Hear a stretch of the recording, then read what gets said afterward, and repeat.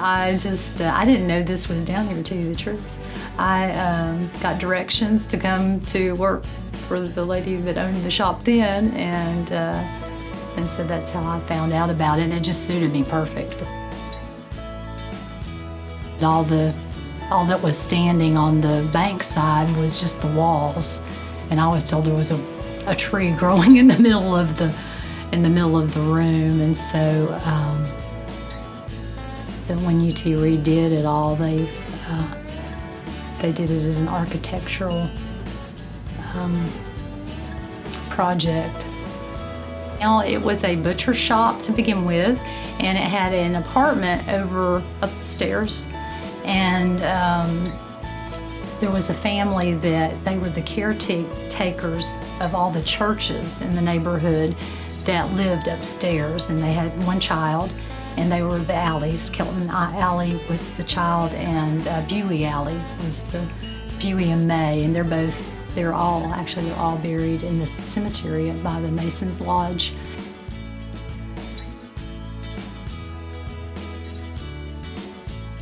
But the downstairs was a butcher shop, but then after it closed, the Norths, they opened a restaurant because there was marble industry out where the water is now. The water is, the water wasn't there back then. There were marble quarries and a lot of workmen, and so they opened a restaurant in order to feed all the workmen.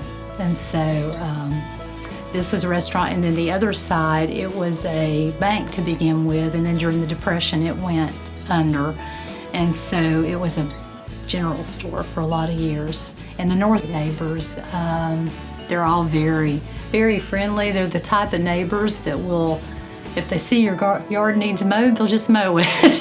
There's one guy up the street that he would be out here cutting across, he cut up and down the road for I don't know how long. I think now his health has gotten bad, but he was one of the ones that if he saw anybody's grass needed mowed, he would just go mow it for him, because a lot of times it was somebody elderly. There were so many elderly people down here. Mm-hmm. The other side, it was a bank to begin with, and then during the Depression it went under, and so it was a general store for a lot of years. And the Norths also owned it, and then they opened the restaurant also. I guess they owned both buildings.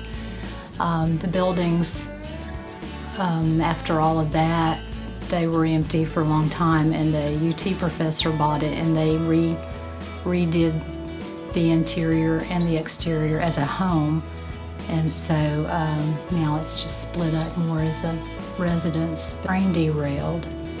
My customer that owned this side, that was a restaurant, has told me about that the train derailed, and the one man was here even, and he said, it makes me nervous every time I hear the train go by, because I was here when it derailed. And he said that they looked up and they saw it coming off the tracks coming toward the building, and he said they all took off for the back of the building, and luckily the cars were full of coal, and so the weight kept it from, if it had been empty, he said it probably would have come through into the front of the building, but because it was so heavy, it just ended up toppling over, and coal was all over the streets.